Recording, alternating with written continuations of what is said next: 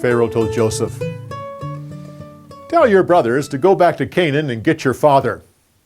Tell them to bring him back here as well as their families. They should take some carts with them so that their wives and children can travel in comfort. Tell them to forget about their possessions, because I will give them the best of Egypt once they're here." So Joseph's brothers went back to Canaan. Oh, Jacob was stunned when he heard that Joseph was still alive. At first, he wouldn't believe them, but eventually became thrilled as he heard the stories of Joseph and all he had done. So, Jacob and his entire clan started the journey back to Egypt. They stopped along the way so that Jacob could sacrifice to the Lord.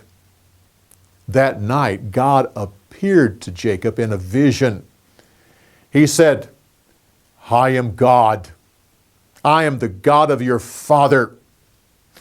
Don't be afraid to go to Egypt. I will be with you and will make you a great nation. And eventually, I will bring them back to this land." So Jacob, his children, and their children finally arrived in Egypt. Pharaoh gave them everything they needed because of Joseph. He gave them the very best land for their children, their families, and their herds. Jacob lived for another 17 years. When he was about to die, he called Joseph to come and stand next to him. He said, "Your two sons now belong to me. Manasseh and Ephraim are as much my sons as Reuben and Simeon. They will have a part of my inheritance, and they will be counted among the children of Israel." Joseph brought his two sons in to receive the blessing of his father. He put Manasseh on Jacob's right side because he was the oldest. But when Jacob put out his hands, he put his right hand on Ephraim. Joseph tried to correct this, saying, "Father, Manasseh is my oldest son and should receive the promise of your right hand." "Son, I know what I'm doing. Manasseh will be a great tribe, but the descendants of Ephraim will have a larger population." After that, Jacob had his other sons to come and stand next to him, and he gave each of them a blessing. Judah was the kingly tribe, and the promise would be passed down through his descendants. He visited with them a little bit longer, and then he died.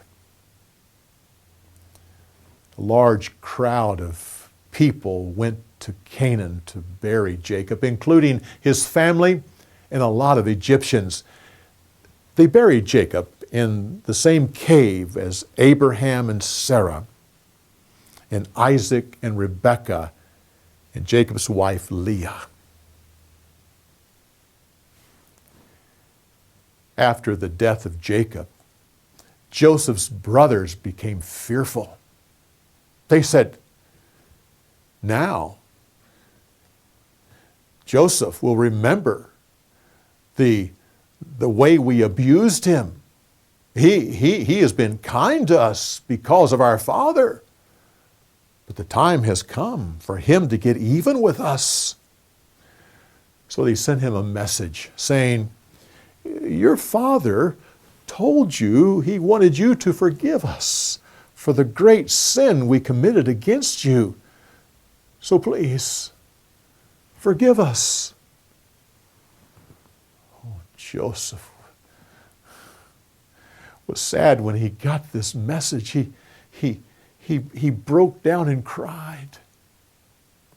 Then his brothers came and bowed down before him and said, "We are your slaves." Joseph said, "Don't be afraid of me. I can't act in the place of God. Yes, it's true, you meant to harm me. But don't you see? God was in control the whole time. He planned it to save the lives of our entire clan. Listen to me. Don't be afraid. I will care for you and your children." Then he spoke words of kindness to them and comfort. And he reassured them of his love and his care.